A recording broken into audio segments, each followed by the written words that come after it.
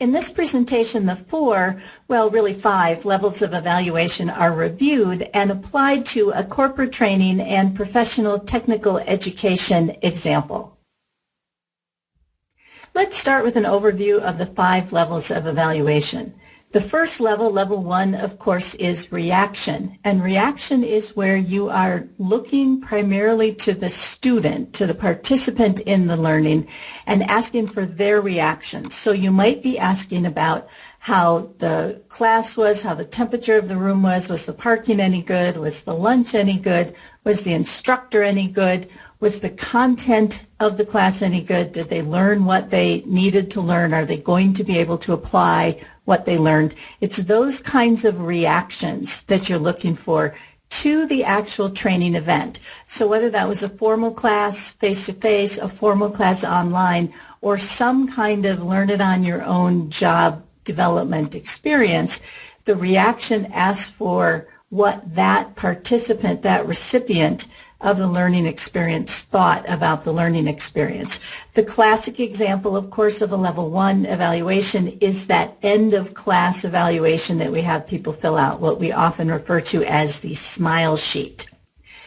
Level 2 evaluation is about learning.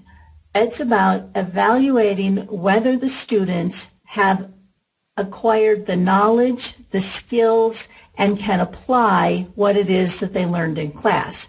Level 2 evaluation measures what the students can know and what they can do before they leave the classroom. So once the class is over, level 2 is over. Level 2 takes place in the classroom. Now, I say in the classroom, of course, it's possible that people can be taking evaluations at home and that sort of thing, but it's during the duration of the class that level 2 is evaluated. Level 3 evaluation takes place outside of the class.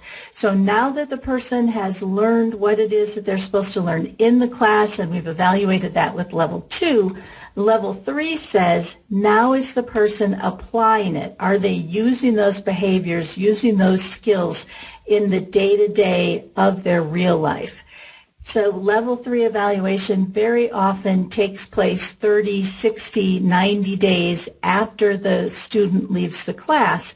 You might survey the student to see what they're doing and how they're doing in terms of the content that they learned in the class. You might have the supervisor of that person observe what they're doing. You might get input from the customer or the employees of that student, depending on what it was that they learned in the class. Level 3, though, again, is about the behavior. Are people using these behaviors, using the skill and knowledge once they leave the classroom and go back to real life? Level 4 looks at the impact of all these students applying the behavior.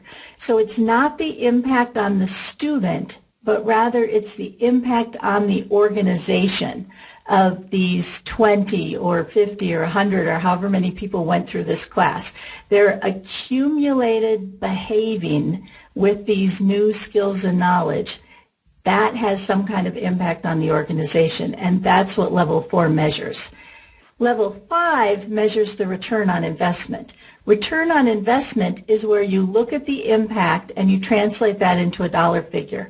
Then you look at the dollars, the amount of money that it costs to conduct this training and all the associated hard costs, facility costs, lunch, parking, all that sort of thing, as well as figuring out what the time that was spent by participants and by the people who developed and taught the course, turn that all into dollars, compare it to the dollar figure of impact that you got, and determine your ROI.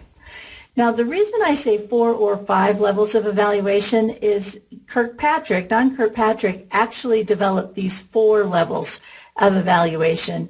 Level 5 was developed by someone named Jack Phillips. Now, your book talks about level 4 and 5 sort of blended together, but classically what you're going to find once you're out in the real world is that people separate those. So let's talk a little bit more about evaluation.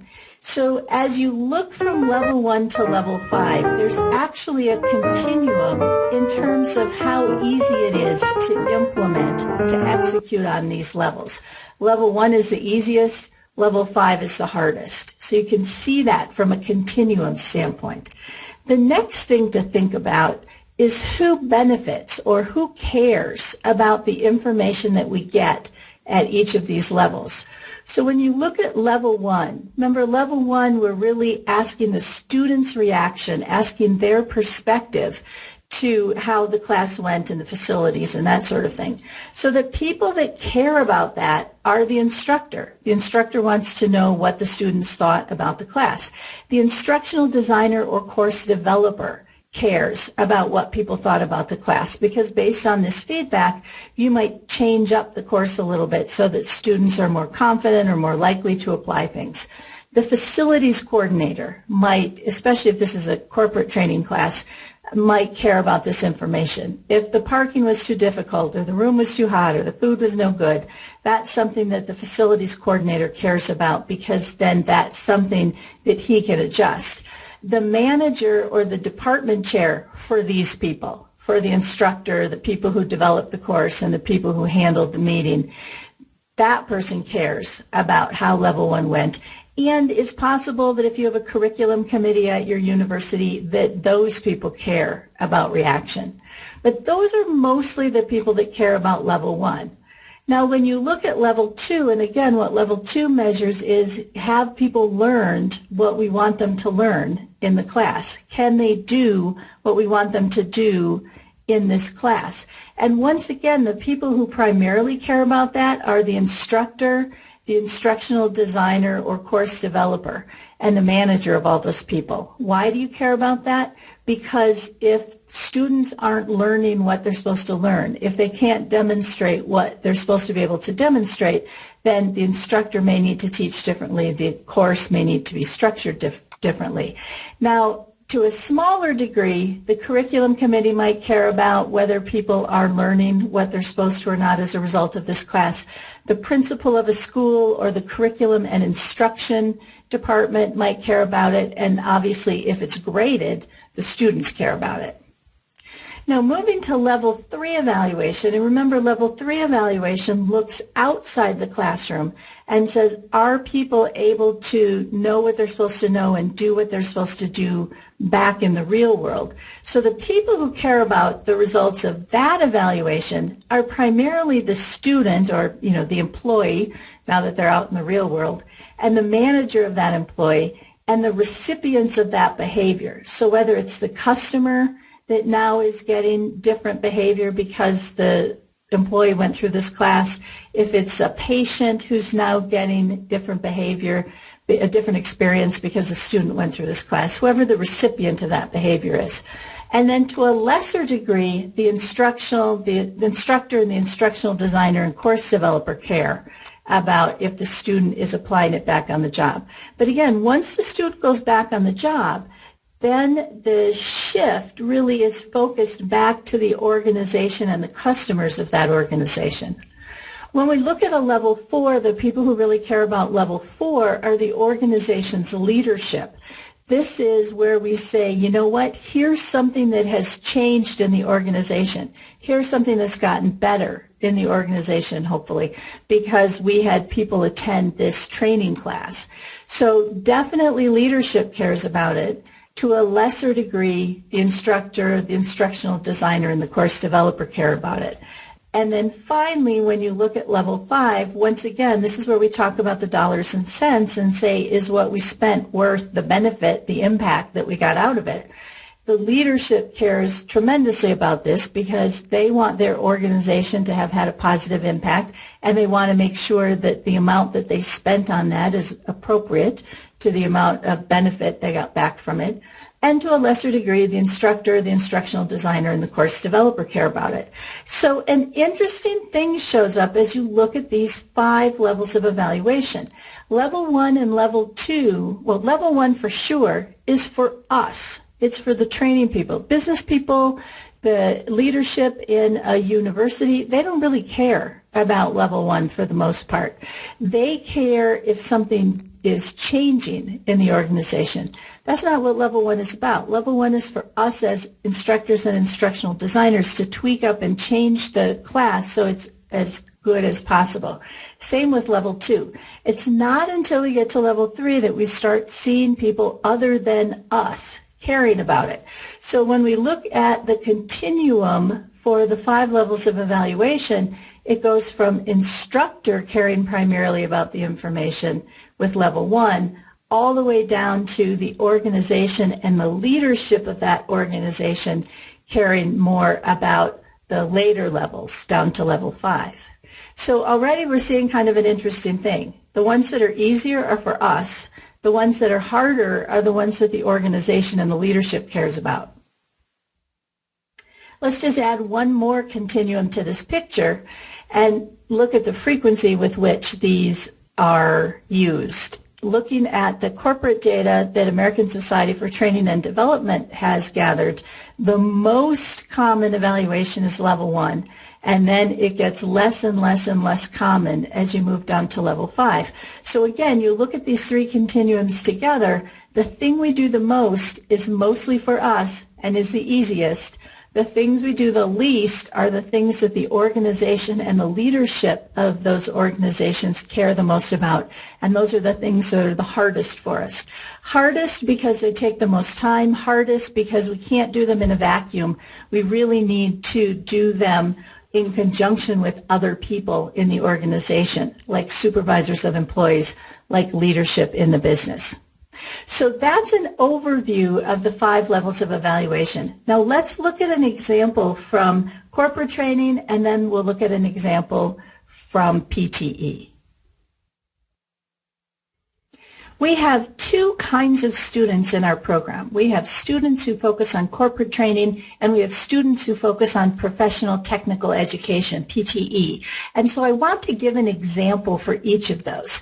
Corporate training, of course, takes place in the workplace. So whether it's a large corporation or not, it's basically workplace-based training, as opposed to PTE, which primarily takes place in higher education, colleges and universities, as well as in high school or secondary education. You can see where those 2 environments, workplace training and high school and university-based training, are very different environments. And because of that, the implications for applying the 5 levels of evaluation are very different. And that's why we're going to walk through some examples. So the first example we're going to walk through, you can see on the screen, is a corporate training example. For this training class, it's going to be a class on consultative selling skills and product A. Now, the first thing you'll notice is that we have a business metric for this. And I know this was something that people got a little bit tripped up on when you were doing your evaluation plan. So I wanted to make sure that I talked about this as well. For corporate training, most of the time, not 100% of the time, but most of the time, a training class is initiated because there's something happening in the organization that the leadership of the organization is unhappy with. So in this case, they're unhappy with the sales of product A. Product A is not selling enough. It could be that errors are too high on something or customer satisfaction is too low. But there's something going on in the organization that initiated a training class. That thing that initiated it, that measurement that initiated the training class, is what we'll use most of the time as our business metric. So in this case, business metric is sales of product A. Now, as we begin to develop this consultative selling skills and product A class, we're going to, of course, put together our overall evaluation strategy. We may decide ultimately that we're not going to measure at all 5 levels of evaluation. I'm going to, for this example, just to walk you through it, but as the evaluator, as the course developer, it's up to you what you think makes sense to measure. And of course, you should only be measuring those things that make sense. All right, so for this consultative selling skills and product A class, for level 1, of course, level 1 is about the reaction, getting the thoughts and opinions of the participants in the class. The most common thing to do is a smile sheet, and that's what I'm suggesting for this class. We might want to do an electronic smile sheet that's mailed to students on the final day of their class so that it's waiting in their inbox when they get finished with class. More and more, I'm finding that organizations like doing the evaluations after class. The advantage, of course, of doing them in class is that you get darn near 100% participation. The disadvantage of doing them in class is that evaluation is standing between the participant and the door. So they may be giving it short attention just so that they can leave the class. Of course, doing it after class, the advantage is people have the opportunity to provide more information, give it more thought. The disadvantage is some of the people may not do it. And if you have an anonymous survey, there's going to be no way to follow up with them on that level 1 evaluation. But again, you'll decide what makes the most sense for your organization. All right, let's move on to level 2 evaluation. Level 2 evaluation is about learning. It's where we measure within the confines of the class what people have learned, what they know, and what they can do.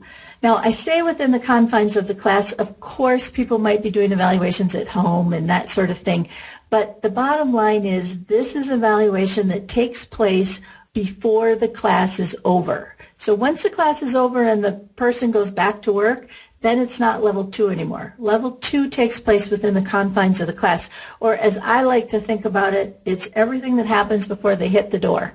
Once they hit the door, you're talking about another level of evaluation. What I'm going to suggest as an example for our consultative selling skills and product A class is that there'll be a knowledge test on product A. Right? That's one way to measure if they've learned what they're supposed to learn while they're still in the confine of the class. And the other thing that I'm suggesting for level 2 is a role play on product A that will give people the opportunity to apply also the consultative selling skills that they've learned. As we do this, I'm also going to suggest that we have an observer, someone in the class, observe this role play, and that they will have some sort of check sheet so that there is a way to gather the data of how well the person did or did not do on that role play. Of course, there's lots of other level 2s we could do. These are just examples for this presentation.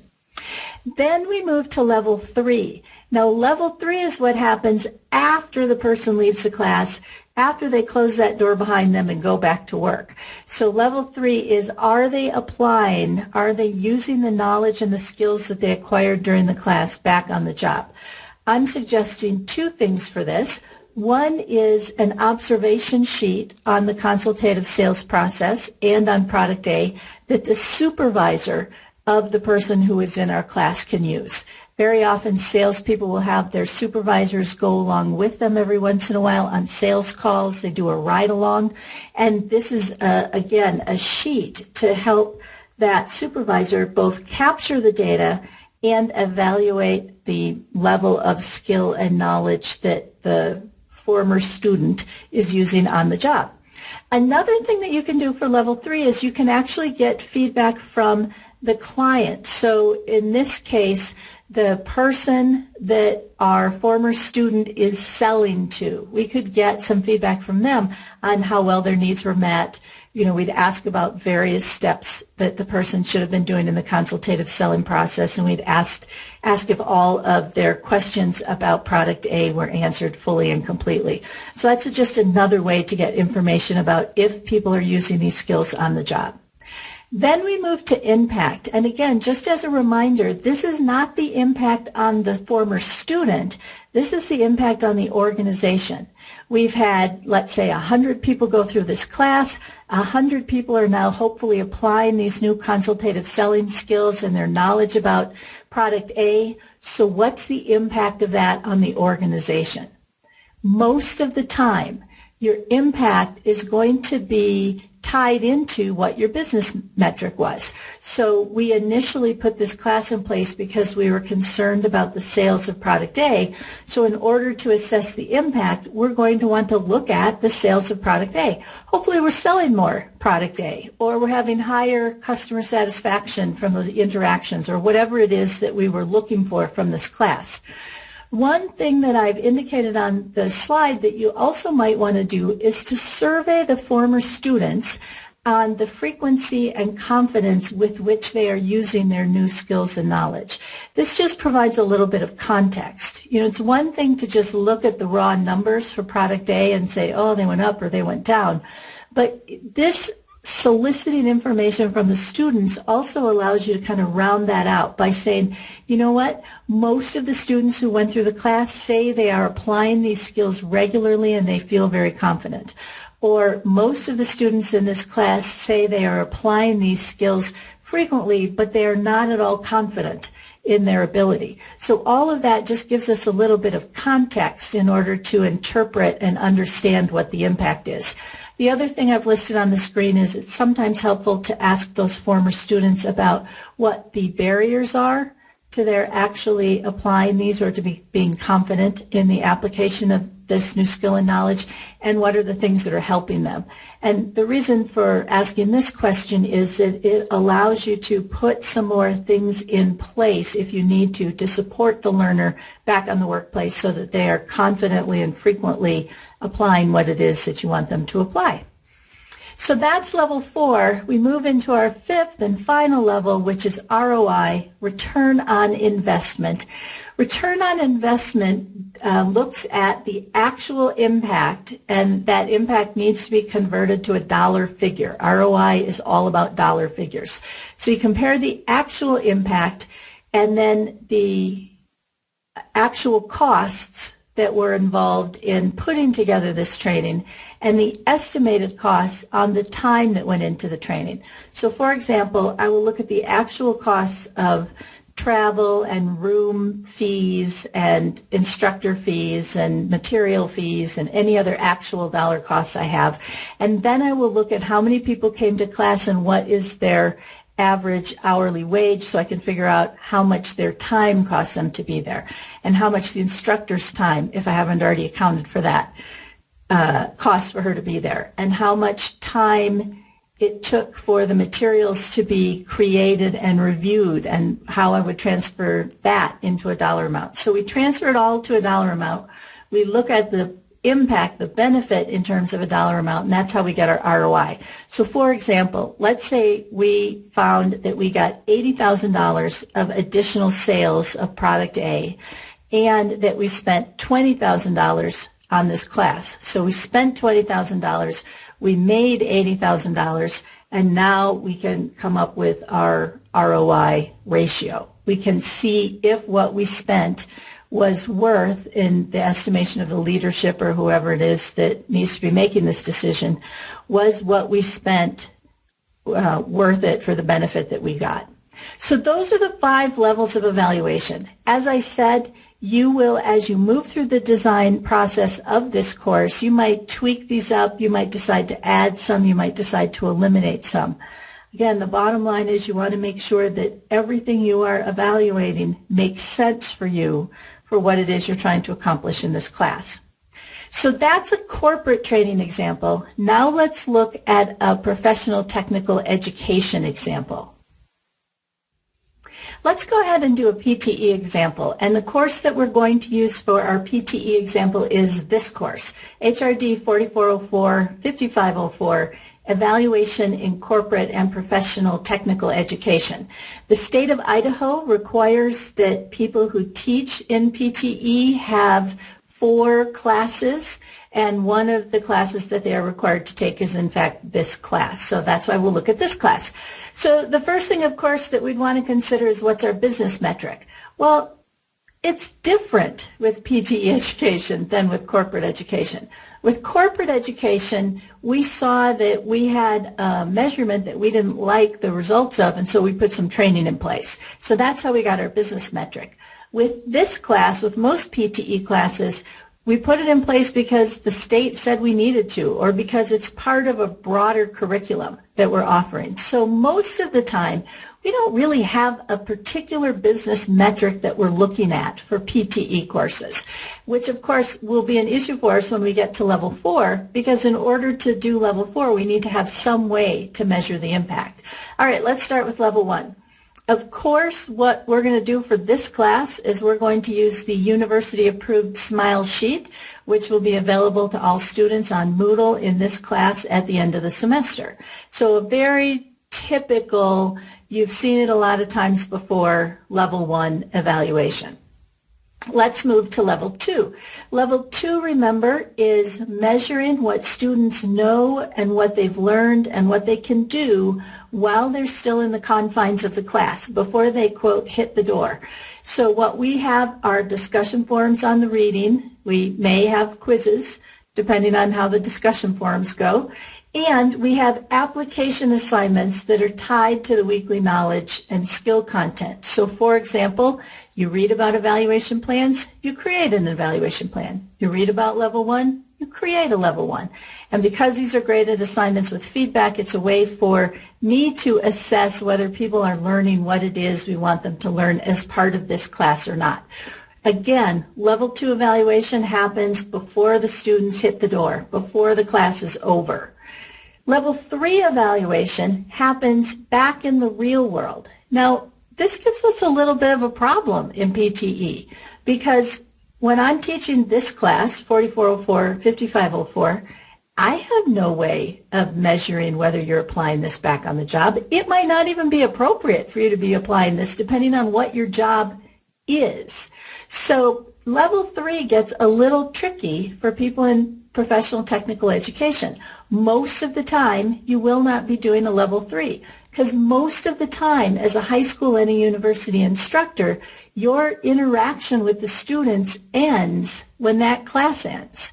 Now, the exception to that is you might be able to implement a level 3 in a clinical or a practicum session. So, for example, I know at ISU in the College of Technology, there are students who are learning to be auto mechanics.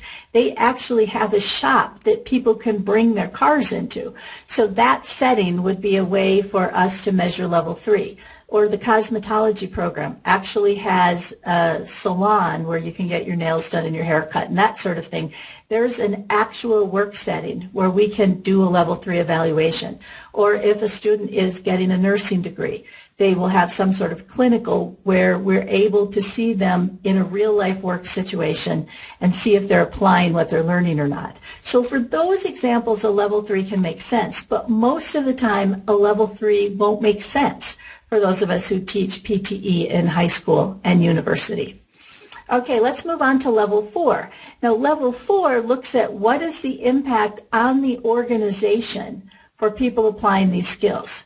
And again, that doesn't really make sense for PTE. We are not all part of an organization. The only organization we're part of is a school, and we're not applying our skills for the benefit of this school. Again, let's compare it to a corporate example. In our corporate training example, people went through sales training and then they used that sales training in their job, and we were able to see if that helped us sell more as an organization. There's no parallel to that at a high school or a university. If you're learning to be an auto mechanic, there is no university-wide measurement that we can look at to see if you're applying the auto mechanic skills that you learned are actually benefiting the organization. It just doesn't make sense. And the same thing with level 5. If you don't have impact, you can't do level 5. It doesn't make sense for us to do an ROI in most cases. Let me qualify that. In most cases, it won't make sense for us to do a level 5 evaluation with high school and university classes. So they are different settings, corporate and PTE, and we're going to apply differently the 5 levels of evaluation. The 5 levels of evaluation were, in fact, developed for use with corporate education, although they have been adopted by many high schools and colleges and universities as well. So there's definitely application, there's definitely use out there for those levels in professional technical education, but it's primarily the first 2 levels that we're talking about, maybe in some circumstances the level 3 evaluation. So there's a couple examples to help you understand the differences and hopefully smooth out any kind of mental dissonance you are having if you're PTE and we're trying to figure out how to apply these.